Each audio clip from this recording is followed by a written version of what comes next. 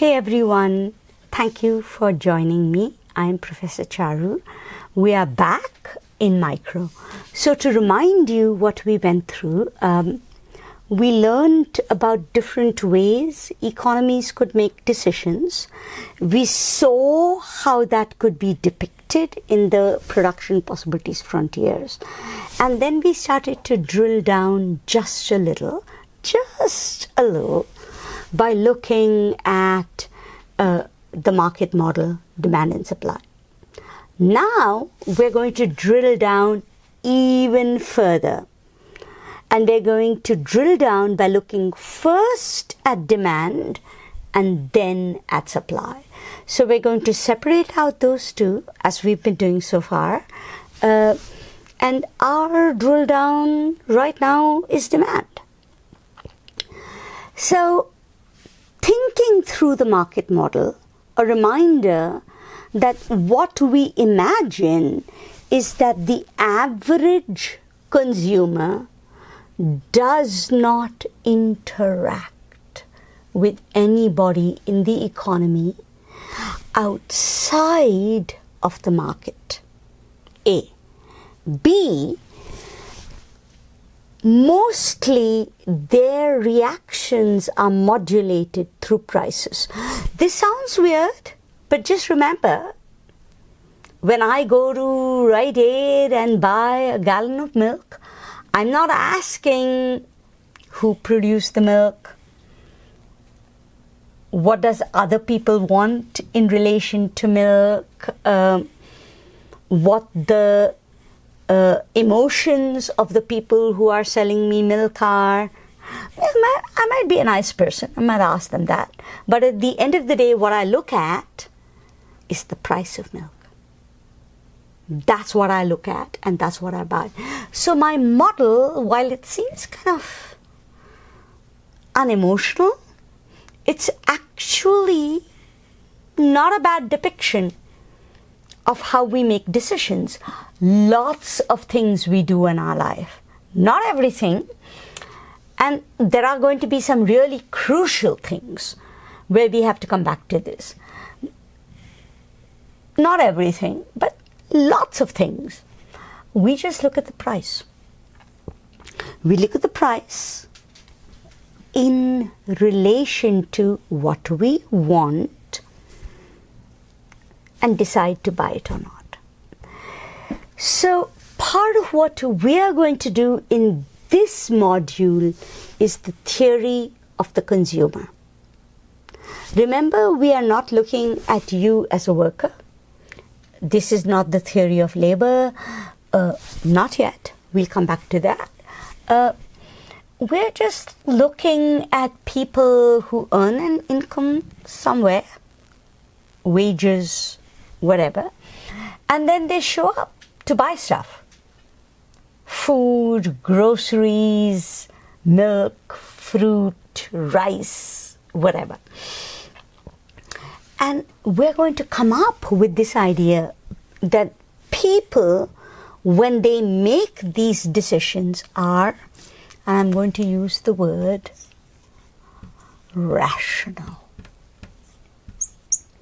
So the first thing you need to know is what this word rational means for economists. Rational does not mean smart. Rational does not mean best. Rational does not mean most able to figure out all that's happening in the world and deciding what the best thing for the world is. No. Rational in economics is a very small idea. Rational means I got some desires, I got some aims, I'm going to go to the market and I'm going to figure out what to buy. That's really very minimally all it means. Rational in economics means that people who are rational maximize. Isn't that a lovely word? Maximize. Maximize. If you are rational, you maximize. And all that means, that word maximize, it doesn't mean smartest, bestest, brilliantest. It just means you do the best you can right now in these circumstances. Rational people maximize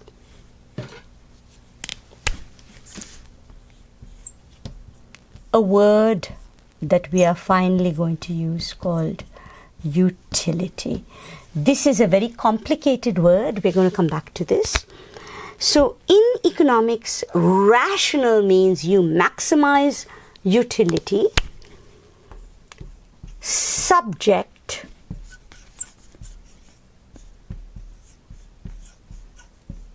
to constraint. And they're going to go over all these words, because when you go through these words, they're actually not that complicated. They're kind of like fancy words for pretty simple things. So rational people maximize something called utility. So what is utility? When you look at this word utility, utility sounds good, right? It sounds like useful. It sounds like utility for some outcome, useful, valuable. This word utility means what you want. That's literally all that word means. It's a fancy schmancy word which can confuse you, but if you look at that word means what you want. It means we're going to replace this word utility with desire. That's literally this word. It doesn't mean use, it means desire. So what we're saying is markets are really good for something. They're really good for maximizing decision making by rational people who wish to maximize what they want. And you could want anything. You could want porn. You could want going out every night and spending your money and not caring about the environment. Or you could want social justice. You could want equity. You could want ecological peace. Economics is interestingly, and the word they use is neutral. Economics is interestingly neutral or agnostic about what's in here. So when I say something is efficient, I just mean it's really good at meeting what you want. You want porn? I can get you porn. You want environment? I can get you environment. I, as an economist, am neutral. I take no position at all on the value of your desires. And it might seem weird, but it's kind of important to understand that, because there are circumstances in which this is a terrible thing. When I desire to assess an economy and I look at some of the desires and they entail people saying, who cares about the future generation? I need my fossil fuels. That's one kind of desire. When people say, let's really care about the environment, that's another kind of desire. I'm neutral there. And it doesn't feel like that's good for people to be neutral on. But on the other hand, just remember, historically until very recently, governments and states have spent a lot of time telling people, this is what you should do. This is what you should desire.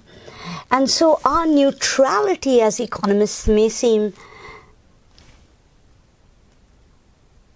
odd to some people. I just want to say that it's not odd if you are aware of the average age of most of your faculty. Neutrality for a younger generation, where we say things like, who cares? Do you care about the environment? Do you not? That seems awful. But for an older generation, where we had people judge us, do you care about women's roles? Do you care about children? Should you be at home? Are you allowed to work? Right? In that context, where people kept telling you, this is your role, this is your role, this is your role, that seems kind of progressive.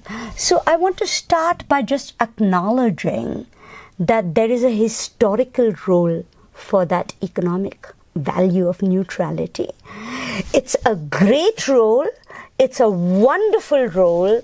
It made a ton of sense. But I also want to acknowledge it's past 1989.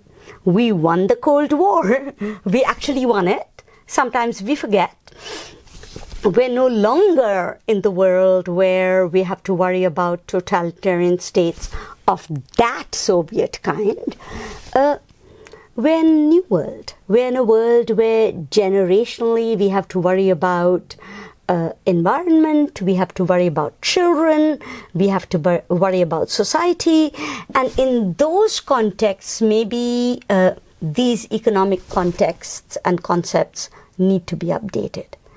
So I would like to just acknowledge that my discipline is catching up with people, like all disciplines do.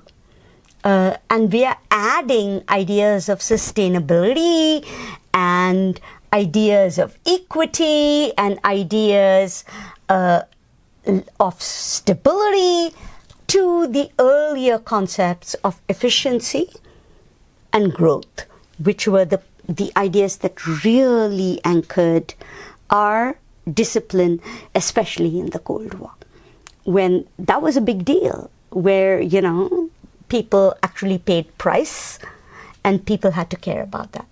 But utility, just so you know, it sounds so good, but when someone tells you this will maximize utility, all they mean is, what you want, you got the money, I can pay for it.